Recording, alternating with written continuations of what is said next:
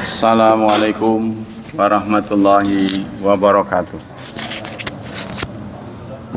Innal hamdalillah nahmaduhu wa nasta'inuhu wa nastaghfiruh wa na'udzu billahi min syururi anfusina wa min sayyiati a'malina. May yahdihillahu fala mudhillalah wa may yudlil fala hadiyalah. Ashhadu an la ilaha illallah wa ashhadu anna Muhammadan abduhu wa rasuluh la nabiyya ba'dah. Allahumma salli wa sallim ala nabiyyina Muhammad sallallahu alaihi wasallam wa ala alihi wa sahbihi wa man sara ala nahjihi ila yaumiddin, amma ba'd. Ayo ikhwah, kita lanjutkan kitab Fiqhu Bulughil Maram, mendalami kitab Bulughul Maram. Kali ini hadis ke 232. Sifatu Rasulillah, sifatu salati Rasulillahi sallallahu alaihi wasallam. Cara salat Rasulullah. Wa an Abi Humaidin As-Sa'idi radhiyallahu an, ra'aitun nabiyya idza kabbara ja'ala yadaihi hadwa mankibaihi wa idza raka'a amkana yadaihi min rukbataihi thumma hasara dhahrahu fa idza rafa'a ra'sahu istawa hatta ya'uda kullu faqarin makanahu fa idza sajada wada'a yadaihi ghaira muftarishin wala qabidihima wastaqbala bi atrafi asabi'i rijlaihi al-qiblata wa idza sajada wa idza jalasa fi raq'ataini jalasa ala rijlihil yusra wa nasabal yumna wa idza jalasa fi raq'atil akhirah qaddama rijlahul yusra wa nasabal ukhra wa qa'ada ala maq'adatihi, akhrajal Bukhari. Dari Abi Humaid As-Sa'idi radhiyallahu an, aku melihat Rasulullah sallallahu alaihi wasallam idza kabbara, jika ia bertakbir, ja'ala, dia menjadikan, memposisikan yadaihi, kedua tangannya, telapak tangannya, hadwa mankibaihi, hadwa mangke, sejajar dengan dua bahunya, sejajar dengan dua bahunya. Kalau dikumpulkan hadis-hadisnya, ya, maka yang disebut sejajar itu semakin jelas. Jadi ketika disebut yadai itu ini pergelangan. Kalau disebut kata yadun, ya, contohnya dalam surat wasariqu wasariqatu faqta'u aydiyahuma. Pencuri laki-laki maupun perempuan, potonglah kedua tangannya. Yang dipotong mana ini? Jadi yang sejajar tuh ini. Ya, disebut tangan itu, tangan tuh ini. Maka nanti di hadis yang lain dijelaskan ujung jarinya ini sejajar dengan ujung telinga. Udah jelas berarti, semakin jelas. Ini jempolnya ini setara dengan ini, pentil telinga sih. Berarti benar, memang begini. Dan dihadapkan ke sana, kiblat. Gitu. Jadi bukan begini, ada orang yang begini. Bukan, ya. Sebab yang namanya tangan itu ini, sejajar dengan bahunya. Jadi setinggi-tingginya tangan itu tidak boleh melampaui telinga. Jadi ujung ini tidak boleh melampaui telinga. Nah, di sini nanti akan disebutkan ya, lebih jelas lagi. Wa idza raka'a, jika beliau ruku, maka beliau amkana itu meneguhkan kedua tangannya. Min rukbataihi ke kedua dengkul ya. Ya, kedua dengkulnya. Apabila ruku, beliau tuh menekankan tangannya ke dengkulnya. Jadi kita akan ada ini, rohah namanya. Ini kan namanya rohah. Maka itu dipegang untuk memegang mangkok. Mangkoknya kita pegang. Ya. Jadi kalau praktekkan begini. Ini rohah ini rohah ini. Megang mangkok, ini kan ada mangkoknya. Gitu. Jadi beban tubuh ini di kesini. Jadi bukan nganggang begini, bukan. Tapi begini. Sehingga kenapa ini harus nekan begini? Ini jadi rata. Yo. Kalau ini renggang pasti nggak bisa rata. Mumbul begini. Nah, itu makanya tetekin. Rata. Ya, nanti di hadis yang lain menyampaikan tentang ini. Tulang punggung. Fa'idha summa hasara dhahrahu. Nah ini, kemudian beliau meluruskan punggungnya. Ya, meluruskan punggungnya. Itu artinya memang ini harus ditetekin ke mangkoknya. Fa'idha rafa'a, jika beliau sudah ruku ya, sudah ruku, kemudian beliau bangun, mengangkat kedua kepalanya, istawa, maka berdiri tegak ini. Istawa, enggak bungkuk begini, berdiri tegak. Sebab apa? Ada kata-kata hatta yauda, sehingga kembali seluruh tulang punggungnya, makanahu, ke tempatnya.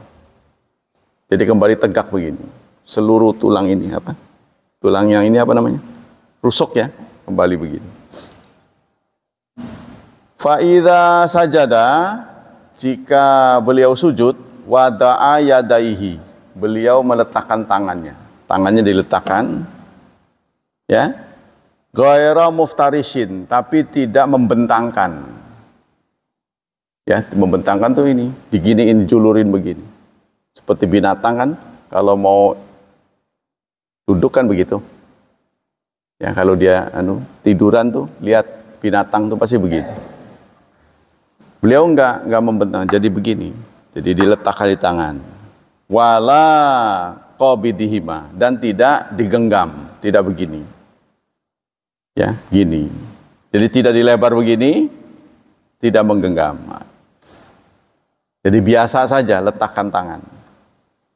Wastaqbala bi atrafi asabi rijlaihi, dan beliau menghadapkan ujung-ujung kaki, ujung-ujung jari kedua kakinya ke kiblat. Nah, ini ya.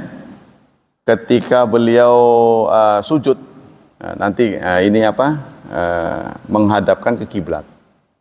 Ya, jadi sujud itu ininya kiblat. Kebanyakan saya lihat tuh begini, nganggang begini. Nah, ini akan merusak susunan. Sebab ketika kita mepet begini, dia begini, pasti jadi lompong. Tuh. Atau begini. Masing-masing begini megar, nggak bisa lurus. Ya, ini peraturan tentara begitu. Dia harus lurus. Ini jari-jarinya harus menghadap ke kiblat.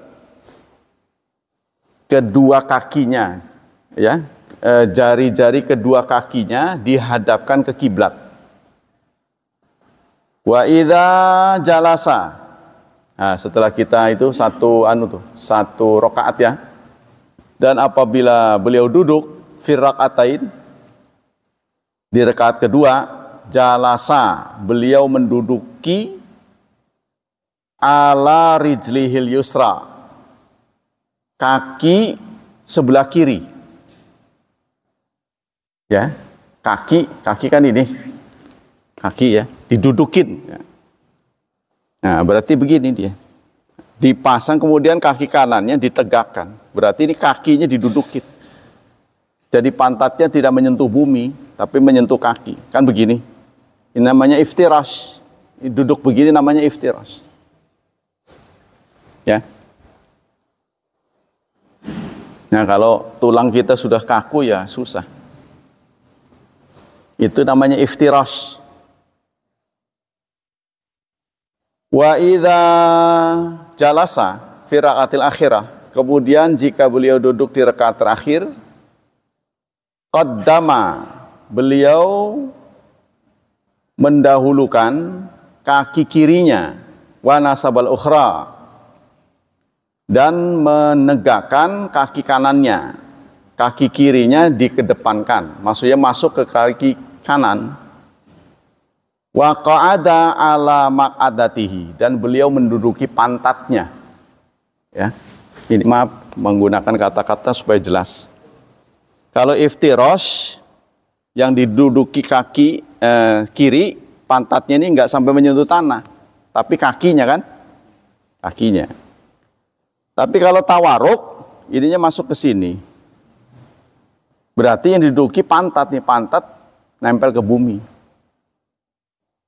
Nah, saya kebanyakan melihat orang teman-teman tuh begini. Nah, karena dia begini, ini akan mengambil kapling orang. Yang di sebelahnya tuh, waduh jadi begini.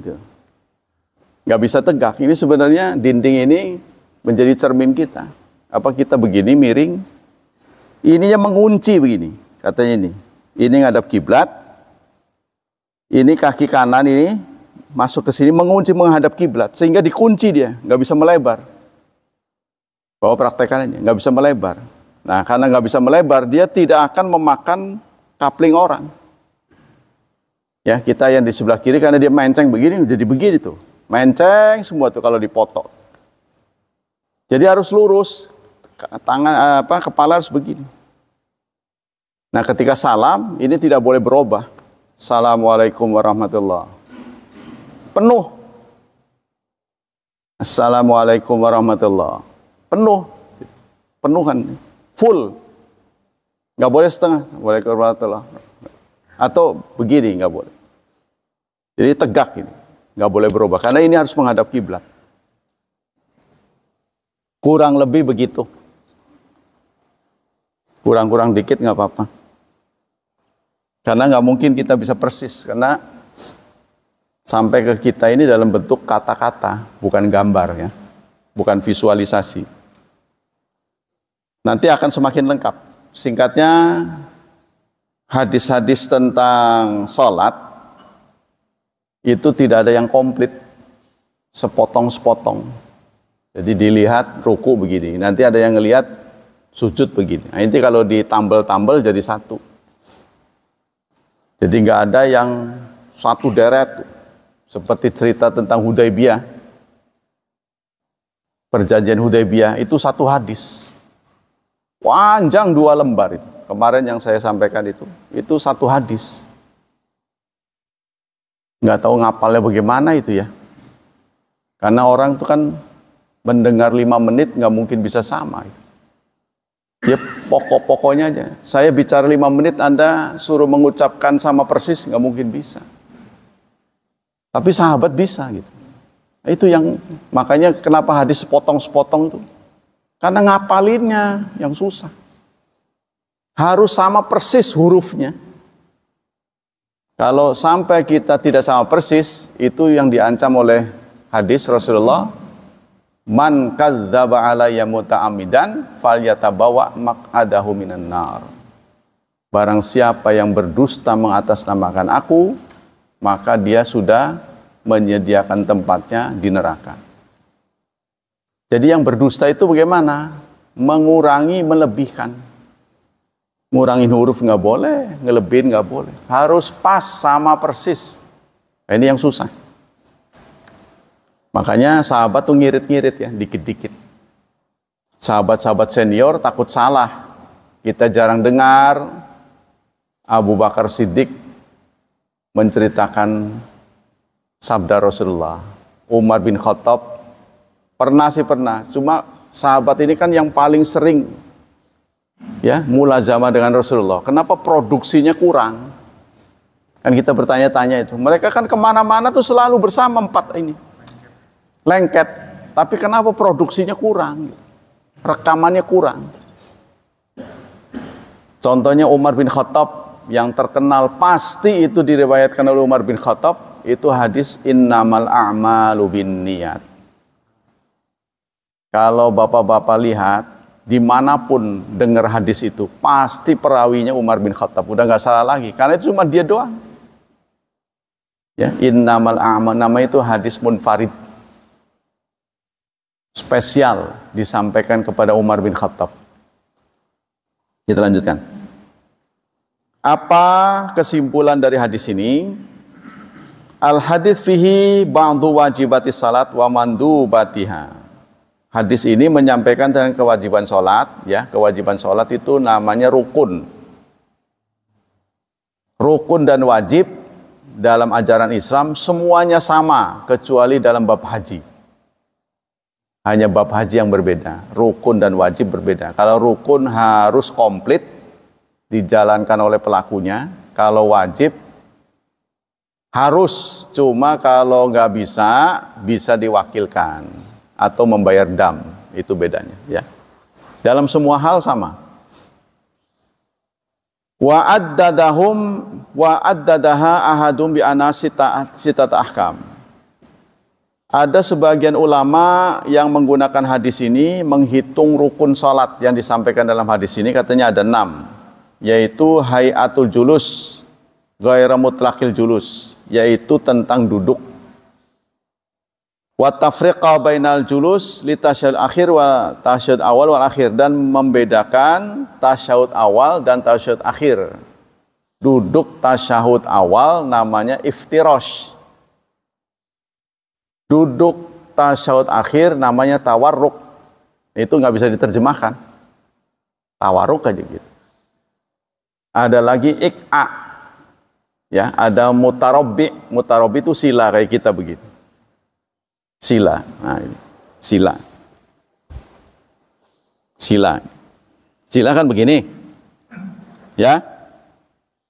Ya kan? Kalau orang Banten begini dinaikin ke sini. Nah, ini ciri orang Banten. Wah, Kiai Banten. Nah, ini sila. Kalau ik'a tuh begini. Nah, ik'a ya, saudara lihat. Susah ini, saya maaf ya kalau ik'a tuh begini. Ini sunnah ketika pergantian rukun, pergantian rakaat. Kita udah sujud kedua, mau bangun nih, sunnahnya begini. Sebentar, nah, berdiri. Sebab ini menyeimbangkan tubuh kali. Kalau baru langsung berdiri itu mungkin nggak seimbang tubuh kita. Jadi kita istirahat dulu begini. Ini dua-duanya diangkat. Ini namanya ik'a. Ittiba. Namanya ittiba. Ya saya lupa ik'a apa ittiba. Yang dilarang itu yang diangkat begini. Ya, diangkat begini tuh. Nah, nongkrong kata istilah kita. Dan begini, saya suka melihat orang tuh ditumpuk, ini cara duduk yang dibenci. Saya harus sampaikan pahit-pahitnya. Ini ditumpuk begini. Saya sering melihat anak-anak muda juga begitu. Siapa yang ngajarin nggak tahu. Begini, tumpuk. Tidak ada sunnahnya. Tapi nanti dijelaskan di sini dalam bentuk apapun cara duduk, ya, sholatnya sah gitu. Kadang kan dilonjorin begini, kata Syekh Utsaimin sih, fleksibel lah gitu. Kadang-kadang begini, ya, jadi kadang-kadang digituin. Itu mungkin itu masalah kaki sih. Karena kan orang karena umur kan, kakinya sudah bermasalah. Ya kalau suruh pas itu susah. Tapi idealnya begitu tadi. Kadang-kadang kan serangan itu mendadak. Iya tiba-tiba kejang itu. Waduh sakit amat ini. Nah ya itu kita relax. Jangan dipaksa ya. Nanti malah kram. Kan kram itu datang nggak permisi kan istilahnya. Yang kedua, hadis Abi Humaid radhiyallahu anhu, hadza rawiya anhu qaulan wa rawiya anhu fi'lan wa sifan fihi ma salatuhu. Hadis Abu Humaid ini ada riwayat qaulan, ucapan, ya. Jadi ucapan yang disebut riwayat qaulan itu Rasulullah bersabda. Itu namanya hadis qauli. Tapi kalau hadis fi'li, saya melihat Rasulullah itu. Kan Rasulullah mendemokan, saya melihat Rasulullah mengangkat tangan setinggi bahu gitu. Nah, itu berarti ngelihat, hasil melihat. Jadi ada hasil melihat, ada hasil mendengar. Ya, kalau Rasulullah bersabda kan hasil dengar, ada hasil lihat. Jadi belajar dari apa yang dilihat, belajar dari apa yang didengar. Begitulah sahabat mengambil contoh dari Rasulullah. Karena waktu itu tulis menulis itu masih tidak merata, ya.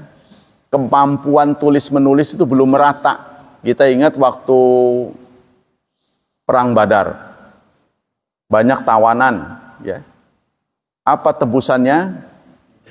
Tebusannya satu orang kafir harus mengajari tulis baca kepada orang Islam 10 supaya dia bebas gitu ya, nggak dibunuh. Nah, itu 1 berbanding 10. Dia harus mengajari 10 orang murid bisa tulis baca. Nah, jadi bisa kita gambarkan pada waktu itu umat Islam ya dari belum melek huruf gitulah. Anda bisa bayangkan dalam waktu 23 tahun memimpin dunia. Iya kan? Indonesia saja kita sudah merdeka 70 berapa ya? Ya. Ukuran manusia mah udah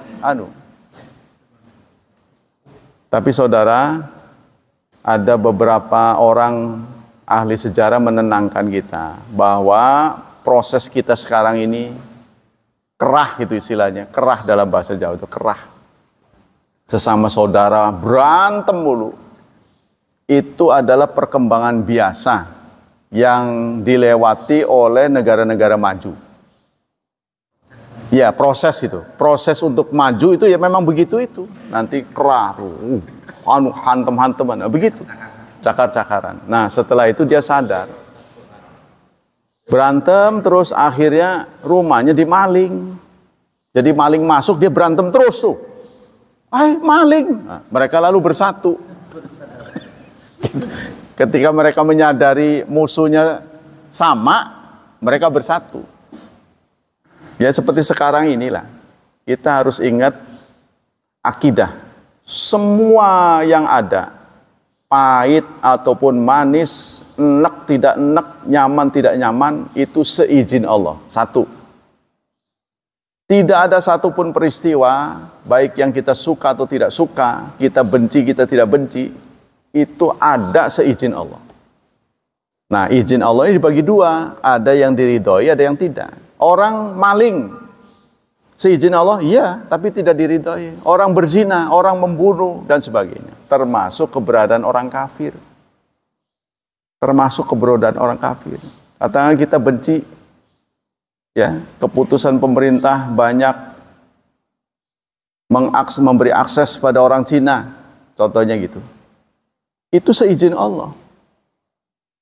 Sekarang pertanyaannya, bagaimana kita memajukan Indonesia sebagai negara kita bersama? Apa orang kafir dibunuh semua tah? Nggak bisa. Nggak bisa. Itu sudah takdir Allah.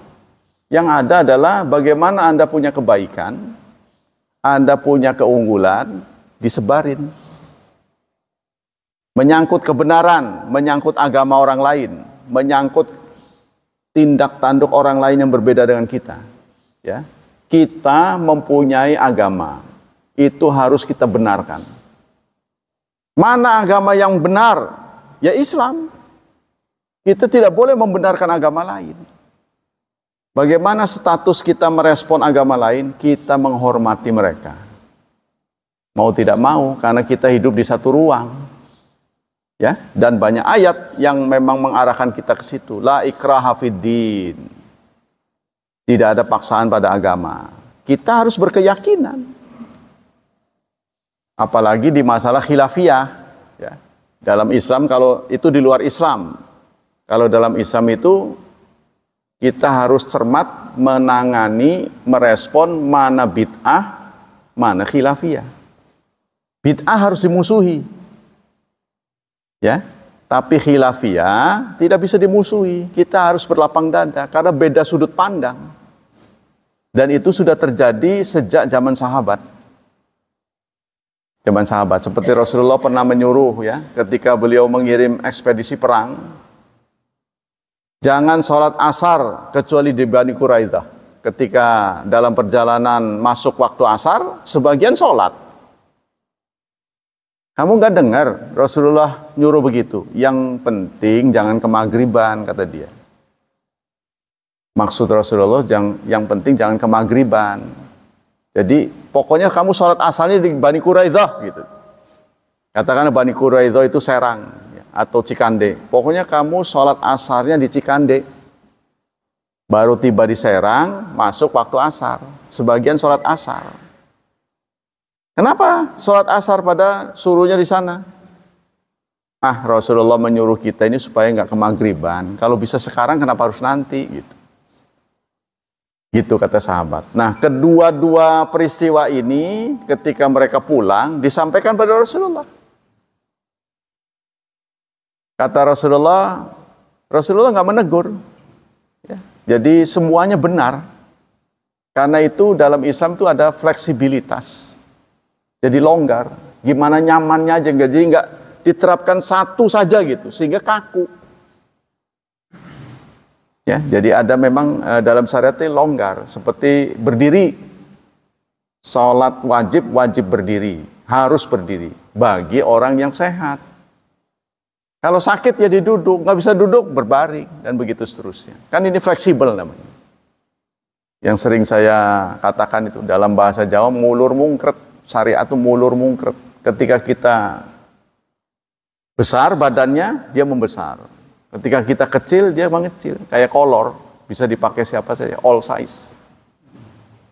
Ya, karena itulah Islam bisa dipakai anak kecil, bisa digunakan oleh orang negro yang besar, atau kita yang sedang, ada lagi yang di bawah kita.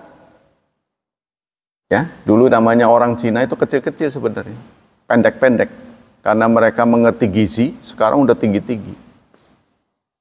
Kita juga perbaikan, saudara. Jadi jangan mengatakan tidak ada kemajuan. Usia usia menopause ya, menopause untuk perempuan agak nambah dibandingkan zaman dulu. Boleh jadi 55 baru berhenti. Kalau dulu kan 40, 45. Sekarang, karena perbaikan gizi. Anak-anak tumbuh dengan lebih tinggi dari biasanya, lebih sehat. Itu karena kita mengerti vitamin. Ya, jadi sudah banyak kemajuan kita dicapai. Jangan menistakan diri, mengatakan tidak ada kemajuan. Ada. Cuma kita akan terus berinovasi. Kembali kita ke sini. Al-hadits fihi bayanu salati sallallahu alaihi wasallam linaqtadiya bihi. Hadis ini menjelaskan tentang salat Rasulullah supaya kita meneladaninya.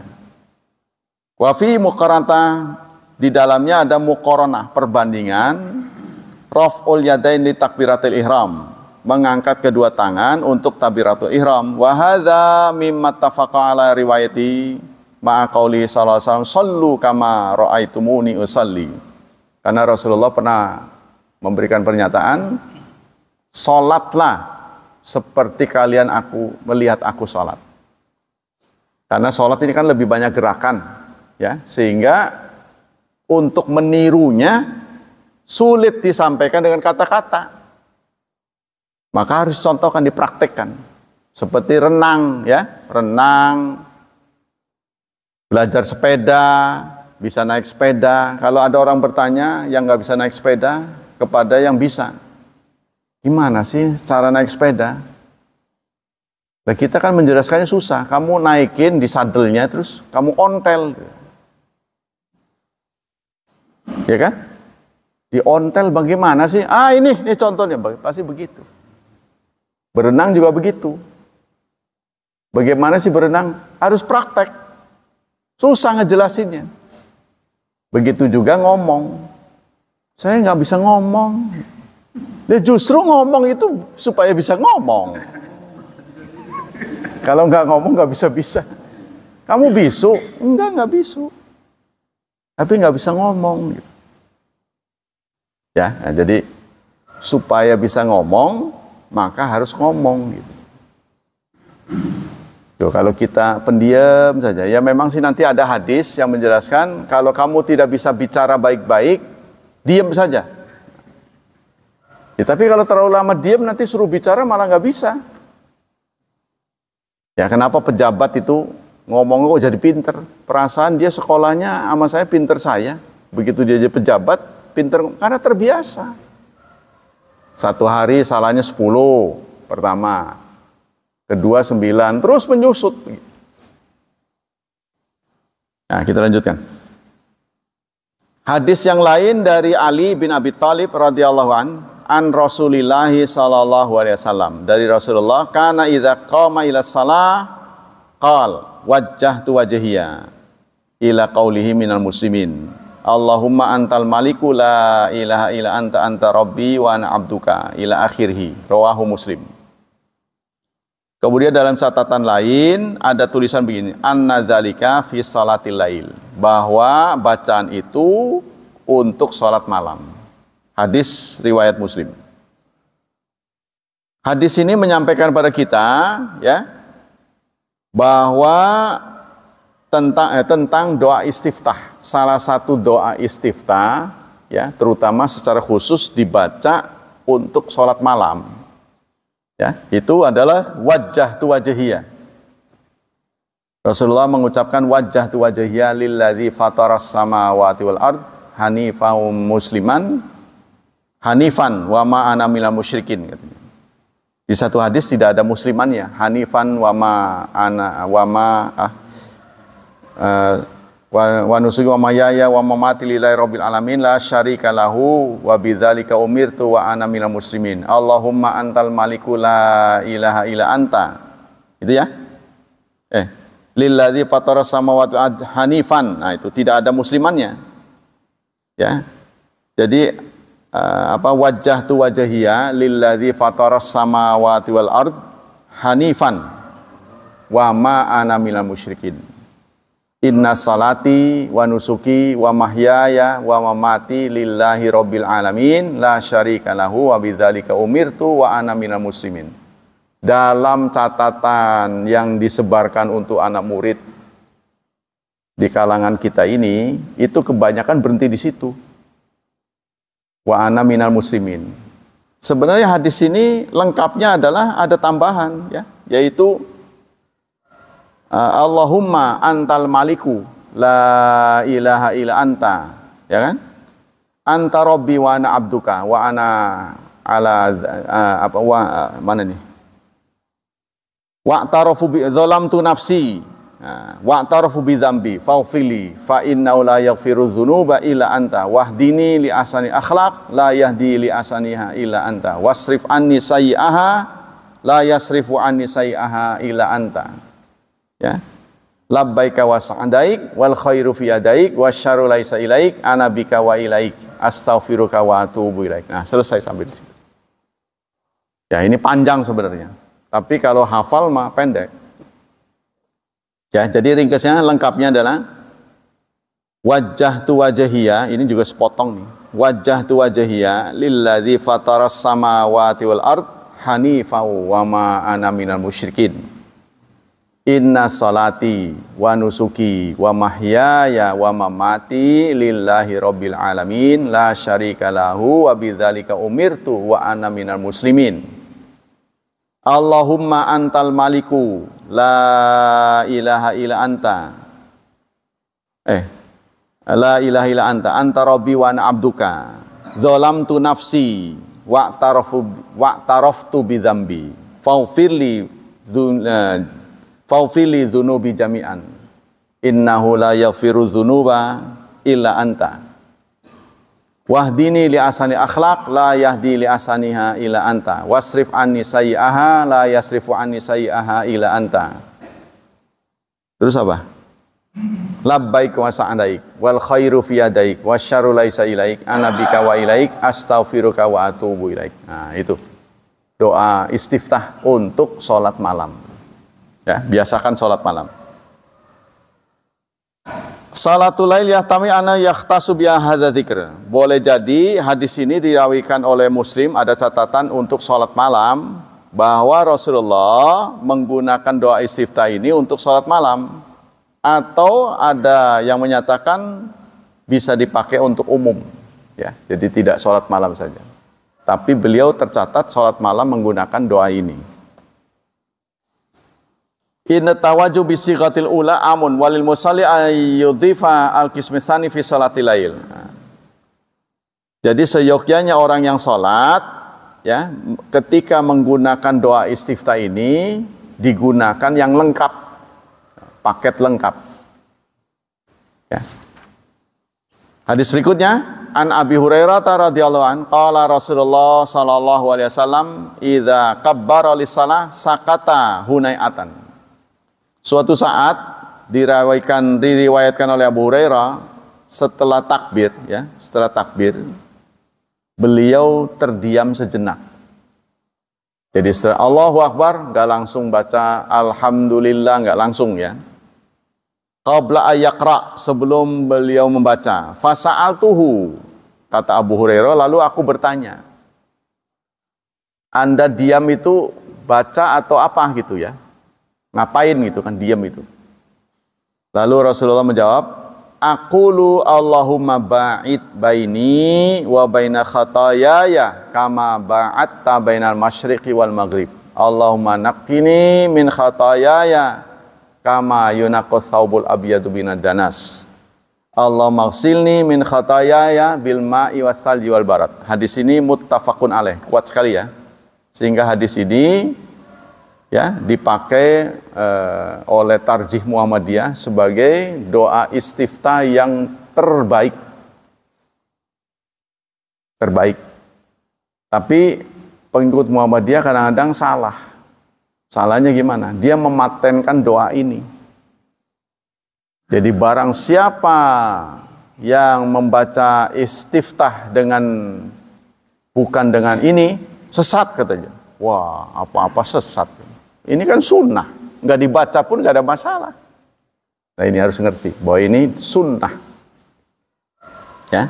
Tapi dari sisi riwayat, ini paling kuat. Karena muttafaqun alaih. Apa kesimpulan hadis ini? Masyru'iyatid du'a baina takbir wal qiraah.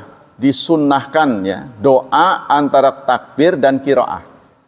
Tapi ini untuk sholat biasa.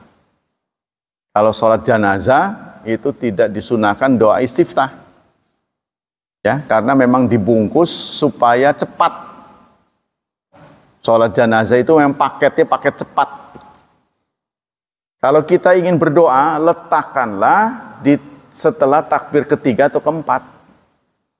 Ya, doa itu ditaruh di situ, jangan di luar sholat. Nah, kebanyakan kan orang praktek begitu. Ya, jadi di takbir ketiga itu borongan Anda mau 10 menit boleh di situ. Pokoknya doa-doa taruh di situ. Di takbir ketiga. Jadi takbir pertama itu kan suratul Fatihah, ya, itu biasa pakai a'udzu, ya. Tapi jangan pakai doa istiftah. Yang kedua, salawat Nabi. Salat Nabi pilih yang panjang. Allahumma ya kayak salat kama shalaita, ya. Nah, itu. Innaka Hamidum Majid. Nah, kemudian takbir ketiga doa untuk janazah. Tumpahkan di situ apa yang Anda hafal. Tuh. Ini persoalannya nggak hafal. Karena nggak hafal harus mengeluarkan catatan. Kan lagi sholat, masa keluarin catatan. Sebenarnya sih nggak usah malu-malu sih. Keluarin aja catatan. Kalau memang Anda yang catatan, baca yang panjang di situ. Direkat, cuman ya nggak umum gitu. Nggak umum, makanya ditunjuklah yang spesialis. Yang spesialis sering ikut sholat jenazah itu kan kiai-kiai, ustadz-ustadz, biar nggak begitu. Makanya kalau ada yang meninggal dipanggil, mereka dipanggil karena bukan spesialis nih. Padahal ini adalah rata, tidak ada keutamaan sholat jenazah itu dipimpin oleh kiai, tidak. Yang benar adalah ahli waris. Tapi tidak semudah itu, ya. Prakteknya tidak semudah itu karena ahli waris itu sedang berkabung, pikirannya kacau, galau. Sehingga ketika dia sholat, ngeheng. Jadi karena dia cinta sekali kepada orang yang meninggal ini. Saking cintanya dia nggak siap gitu. Ya, maka hilang itu. Saking sedihnya itu sampai nggak keluar suara. Contohnya kakak beradik Kiai Muhaimin dengan Kiai Ahmad yang meninggal adiknya dulu. Kakaknya datang, saya juga ikut sholat. Kakaknya datang mengimami, tapi yang adalah ngegugu. Akhirnya dia berhenti, dia nyuruh orang lain. Gak kuat mengenang adiknya gitu, harus ditinggal dengan adiknya. Nah, begitu juga ulama-ulama. Ya, jadi kita harus, sebenarnya sih kalau nangis, nangis aja udah. Memang itu saatnya menangis. Menangis itu boleh. Yang penting jangan protes. Ya, tapi karena menangis itu penyakit menular, menguap, menangis itu penyakit menular. Ya kan?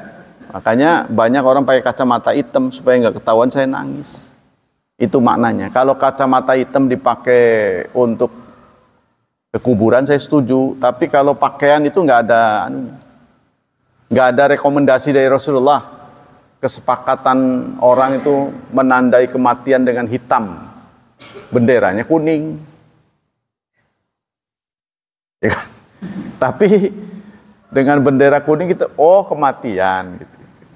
Kalau ada rubung-rubung ini, tabrakan apa-apa ini. Ada bendera, kematian. Bisa tahu itu kan. Cuma nggak masuk kategori rekomendasi dari Rasulullah. Harus diingat, itu hanya adat gitu. Kalau kita tempatkan adat sebagai adat, ya nggak ada masalah, itu adat. Itu adatnya begitu. Jadi nggak harus lah gitu. Bukan perintah agama. Jadi kita harus bijak ya. Nah, kita lihat, ini tandanya begitu. Lanjutkan. Jawazu du'a fi shalah bima laisa fil Quran. Kita boleh berdoa waktu salat dengan apa yang tidak ada dalam Quran. Ya. Wa hadza du'a ala sabilil mubalaghah fi idharil ubudiyah wa qila ala sabilit ta'lim li ummati. Jadi kita boleh berdoa menggunakan yang maksur, itu yang utama. Maksur itu adalah yang pernah dicontohkan Rasulullah. Jangan ngarang sendiri. Ya, kecuali kalau tidak ada lagi kita kepepet, ya Allah, saya dalam kesulitan ya. Utangnya banyak, ditagih terus. Contohnya nggak bisa ngarang, bagaimana ya ngarangnya? Tolong sih, itu kan. Beri rezeki yang cukup supaya saya bisa bayar utang, itu kan. Karena ada doanya sebenarnya, tapi karena dia malas nggak nyari-nyari, susah tuh. Mau gimana minta pada Allah? Tujuannya minta. Nah, kita boleh ngarang. Yang keempat, bayanu makana ali sahabat minah muhafadzah ala tattabu ahwalin nabi fi harakati wa sakanati wa israri wa ilani hatta hafizahumullah bihimuddin.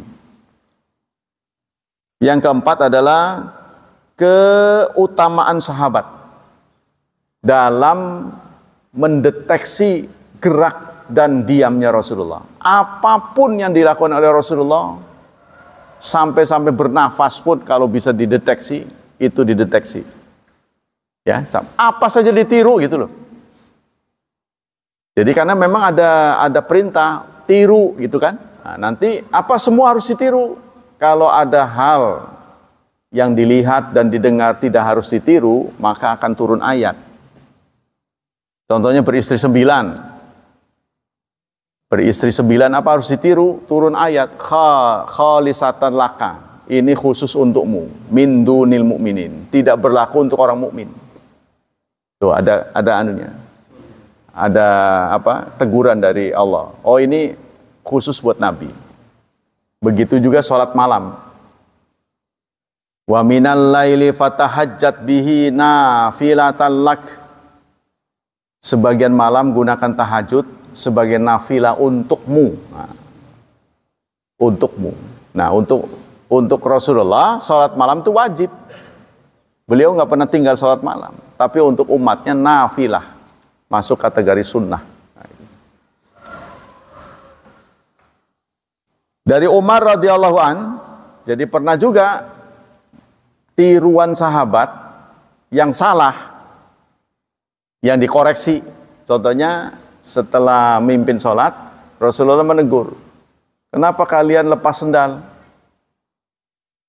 Kami melepas sandal karena kami melihat Anda juga melepasnya. Oh ya begitu, salah, nggak begitu, nggak benar, nggak dicerca gitu. Berarti dibenarkan oleh Rasulullah. Cuma saya tadi itu dapat info dari Jibril. Di balik sandal saya ada kotoran. Anda kan nggak dapat. Tapi nggak disalahin. Karena itu sudah ada perintah untuk lakot kana lakum. Lakot kana lakum fi Rasulillah uswatun hasanah. Jadi telah ada pada diri Rasulullah teladan yang baik. Jadi harus diikuti. Suatu saat Rasulullah memimpin sholat istighosah, minta hujan. Ininya nih sorbannya yang ditaruh di sini, di bahu. Ngengser gitu. Mau jatuh, jadi beliau ambil, refleks dibalik. Nah ini oleh para ahli fikih, sunnah. Jadi mendramatisir. Sebenarnya Rasulullah itu refleks. Sebagian orang mengatakan refleks, dia mau jatuh, diambil, dibalik. Tapi oleh sebagian orang, sunnah gitu. Supaya keadaan ini berubah dari keadaan kemarau menjadi penghujan. Itu kan? Nah, di zaman Rasulullah kan pernah itu di tempat yang namanya Masjid Gomamah sekarang itu. Di Madinah itu ada Masjid Gomamah. Orang berdatangan menggunakan puisi. Nggak langsung ngomong. Ya Rasulullah, binatang-binatang pada mati, sumur pada kering gitu. Nggak ngomong sih, tolong turunkan hujan, nggak begitu. Binatang pada mati, kehausan, tanah-tanah kering, semua gagal panen. Rasulullah udah ngerti. Lalu beliau pun mengangkat tangan tinggi-tinggi, berdoa. Waktu beliau belum mengangkat tangan, langit amat cerah, kata sahabat. Tapi setelah diangkat, tiba-tiba ada gulungan awan seperti tombak, kata dia. Menggulung, lama-lama besar. Belum lagi beliau menurunkan tangan, hujan sudah turun, amat lebat, sehingga jenggotnya menyatu. Gambaran hujan lebat dulu kan, kalau sekarang kan pakai takrat tuh. Berapa mili per menit, kalau dulu mau ukuran jenggotnya menyatu. Curah hujannya tinggi, jenggotnya sampai nyatu, netes. Itu berlangsung 8 hari 8 malam. Banjir. Banjir yang tadinya kering kerontang. Datang lagi orang yang kemarin minta itu. Memang sih ya Rasulullah, kalau kering itu kita susah. Tapi kalau kebanyakan juga sama. Jadi manusia kan serba salah ya. Manusia kan begitu kan. Kita kadang-kadang nih, saudara kalau nggak percaya, saudara sekarang nggak punya nih, ya lagi nggak punya nih, ceritanya sama dengan saya. Kira-kira kalau orang nanya ini, tak kasih 2 miliar, mau dipakai apa? Bingung itu. Jadi kita miskin bingung, kaya bingung. Ya kan? Tolong nih, lagi dagang nih. Saya pernah ditawari orang, saya punya 2 M, kamu mau dagangin apa? Waduh. Apa ya? Hah? Iya. Jadi kita itu tipe orang kalau dagang nih sepi bingung, rame bingung. Kita itu, wah itu payah kita ini. Jadi pantas saja Allah itu selalu menegur kita itu. Manusia nggak punya pendirian. Khuliqal insanu halu'a. Manusia itu dibuat labil. Idza masau syarru jazua, kalau mendapat hal yang tidak nyaman berkeluh kesah. Wa idza masal khairu manu'an, tapi begitu mendapat kenyamanan dia mulai bakhil. Tapi dicabut pernyataan ini, illal musallin, kecuali orang yang salat. Jadi orang salat itu stabil sebenarnya. Ya, orang yang salat itu stabil. Jadi saat dia benci, marahnya juga nggak meluap-luap. Ya, kalau saat dia suka, dia juga tidak menjadi penjilat. Biasa saja gitu. Nah itu orang yang salat ya. Nah ini salat plus ngaji kali ya. Kalau salat doang kayaknya nggak ada perubahan ya. Yang bisa merubah itu ngaji. Makanya ada seorang guru tuh yang dengan beraninya mengatakan rukun iman tuh yang paling penting yang mana gitu. Rukun iman kan ada 6. Iman kepada Allah, iman kepada malaikat, iman kepada Rasul, kepada kitab, kepada hari kiamat, kepada takdir. Menurut jawaban dia adalah iman kepada kitab. Tuh, kata dia begitu, bukan iman kepada Allah yang nomor 1. Dia tidak mengingkari ada rukun iman. Sebab kalau kita iman kepada kitab, dapat semua. Ya, karena di dalamnya mengenalkan Allah, dari situlah dia tahu ada malaikat, Rasul, dari kitab itu. Maksudnya ilmu ya. Nah itu kata saya. Karena dia bilang dengan ngaji itulah semuanya dapat. Orang yang sholat belum tentu ngaji, tapi orang ngaji pasti sholat. Sebab kalau dia ngaji nggak sholat, lama-lama malu, mengundurkan diri.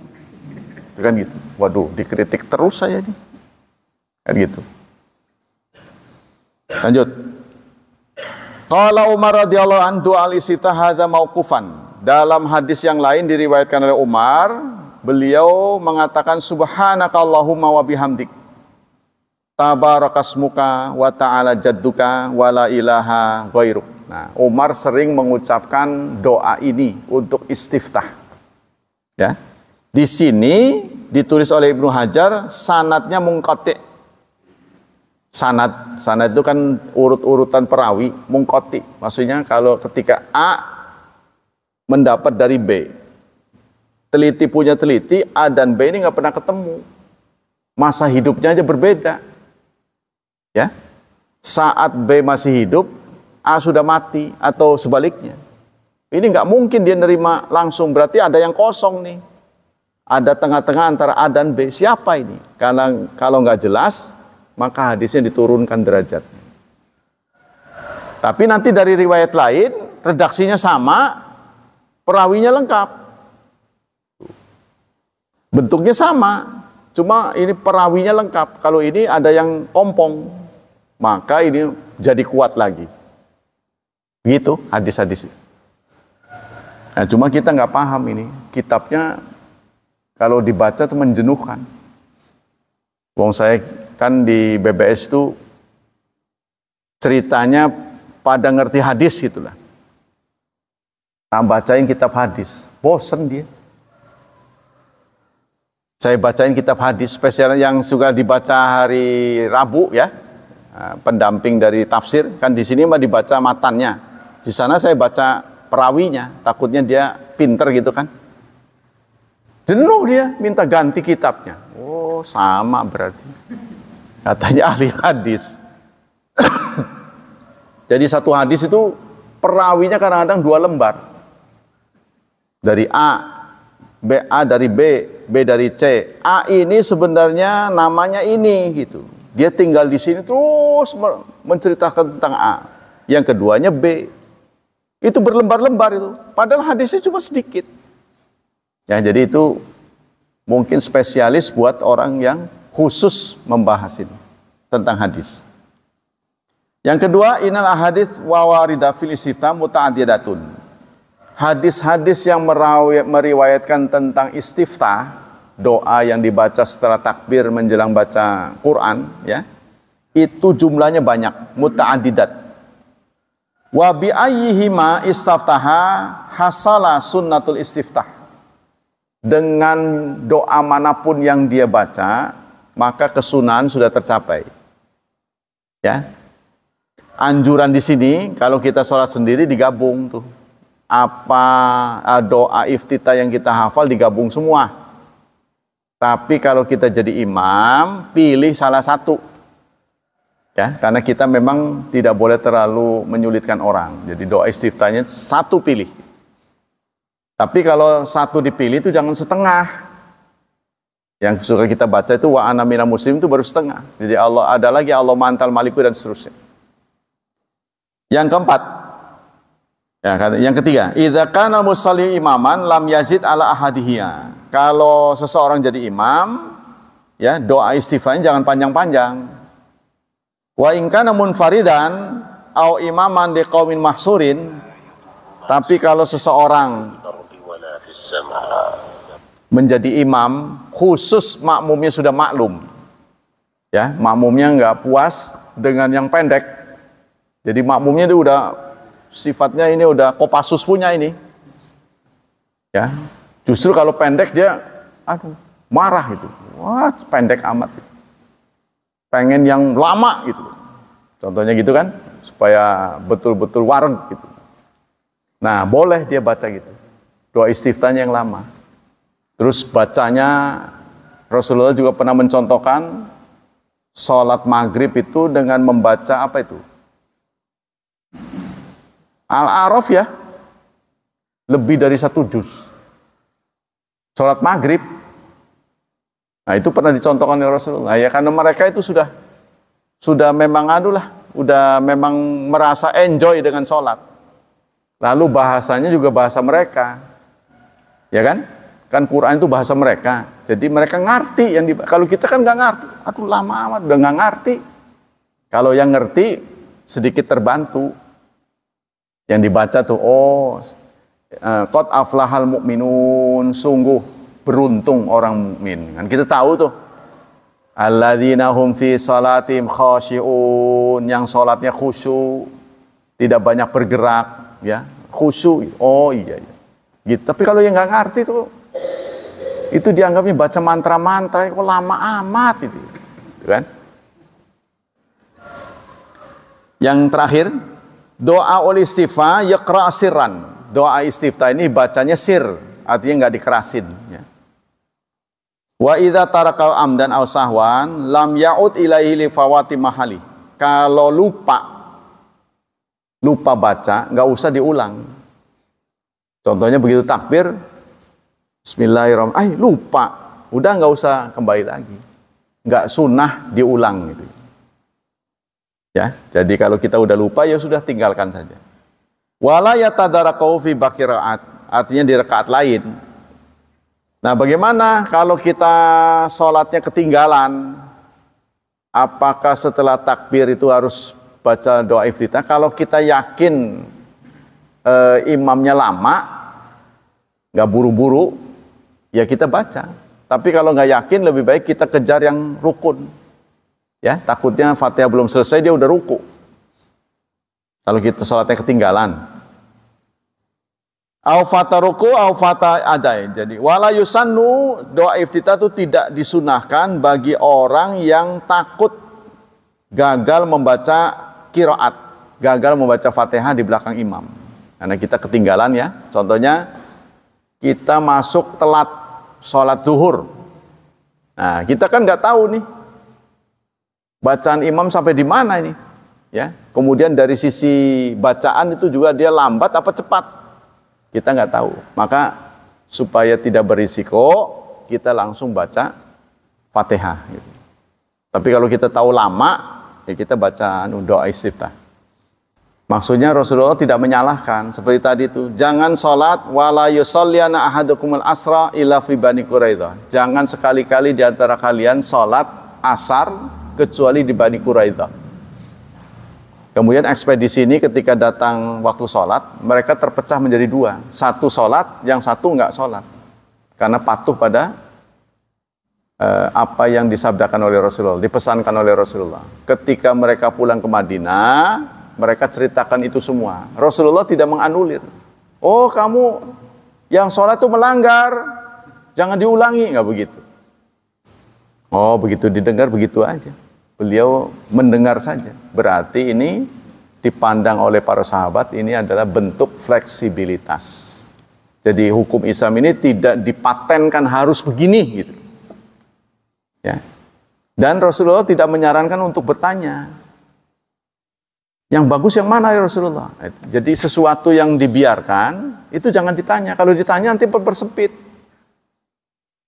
Kan jadi Pak Mul kalau contohnya ikut sholat asar, kalau ikut rombongan waktu itu, saya tidak sholat asar. Saya tidak bisa menyalahkan Pak Mul. Pak Mul juga nggak bisa menyalahkan saya. Karena Rasulullah membenarkan kedua-duanya. Tapi kalau ditanya yang bagus yang mana? Ya kan? Kalau Rasulullah kemudian menjawab, yang bagus yang sholat asar nurut saya. Kan berarti yang ono merasa bersalah. Waduh, begitu ya? Aduh, saya nggak enak jadi kan begitu. Nah itulah, jadi ada hal-hal yang dibiarkan sama baiknya sesuai dengan kenyamanan. Jadi kenyamanan ini nggak bisa didiktekan. Ya, tergantung masing-masing orang ya. Kalau menurut Imam Syafi'i, duduk apapun yang ditutup dengan salam, maka duduknya tawarruk. Itu ya, menurut Imam Syafi'i, duduk apapun dalam sholat yang ditutup dengan salam, setelah duduknya itu salam, maka harus tawarruk. Nah, menurut Imam Ahmad, muridnya, pilah-pilah. Yang satu paket sholat itu tasyahudnya ada 2, duduknya tawarruk. Tasyahudnya ada 2. Contohnya sholat zuhur, kan tasyahudnya ada 2, tasyahud awal, tasyahud akhir. Nah itu berakhir dengan tawarruk. Tapi kalau yang tasyahudnya 1, berapapun jumlahnya rakaat, maka duduknya iftirash. Contohnya sholat witir, kan 3 rakaat, tapi tasyahudnya kan 1. Ya, maka saran menurut Imam Ahmad ini duduknya iftirash. Kalau bertanya, yang benar yang mana? Rasulullah mencontohkan dua-duanya. Jadi kata Syekh Utsaimin, ya udah sekali-kali iftirash, sekali-kali tawarruk, karena Rasulullah mencontohkan dua-duanya. Tidak ada kata-kata yang paling gitu. Inilah namanya khilafiyah. Karena Rasulullah mungkin tahu ya, sahabat umatnya itu isinya kombinasi. Tuh, ada yang begini, ada begitu. Nah, kalau orang yang menyarankan iftirash pasti dia menganggap itu yang lebih kuat. Tapi kuat tidaknya hadis ini kan karena perawinya. Bukan omongan Rasulullahnya, bukan. Tapi perawi pembawa beritanya. Jadi kuat tidaknya hadis itu bukan Rasulnya, bukan. Sahabat perawinya ini. Jadi contoh kalau disampaikan oleh seseorang yang biasa jejorangan, orang ngandel gitu, bercanda, ya kan? Wis orang ngandel ngomong bohong terus. Kalau Fatihah itu mah harus diulang. Kalau Fatihah itu inti, nanti akan disampaikan di sini ya.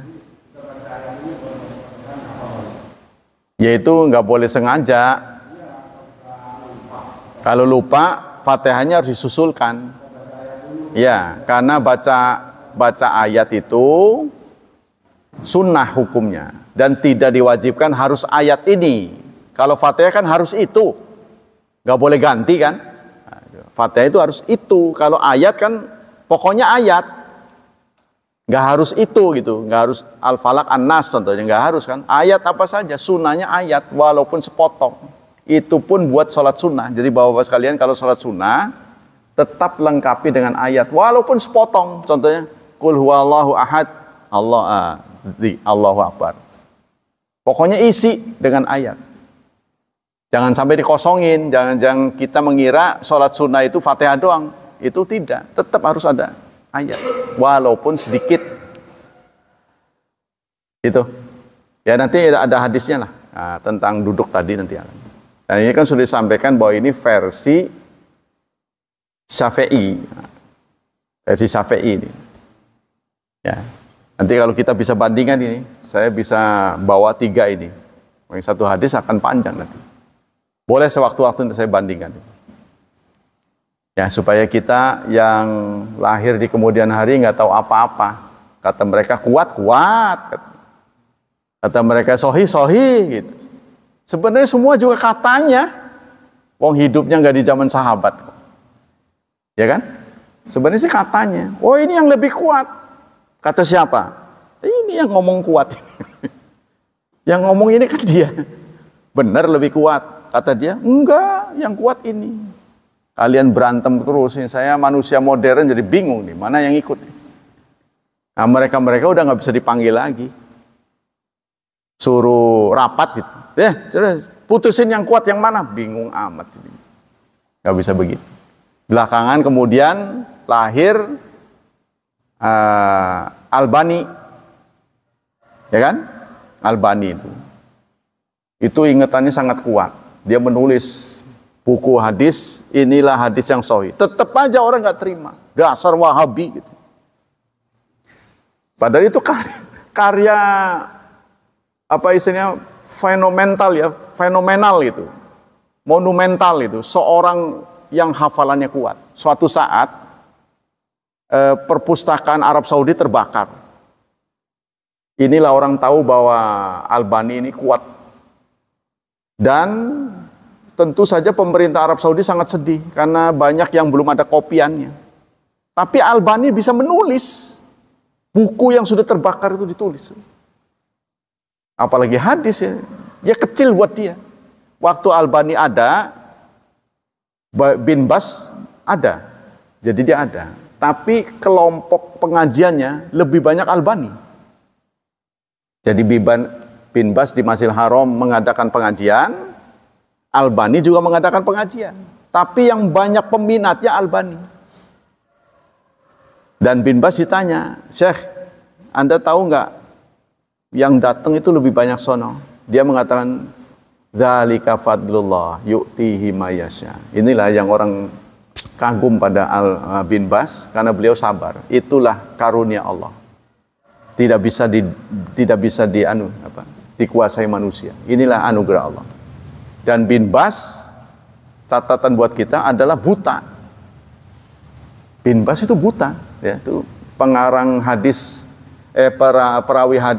pengumpul hadis Tirmidzi, Imam Tirmidzi, itu juga sama buta. Yang buta saja bisa hafal hadis begitu banyak.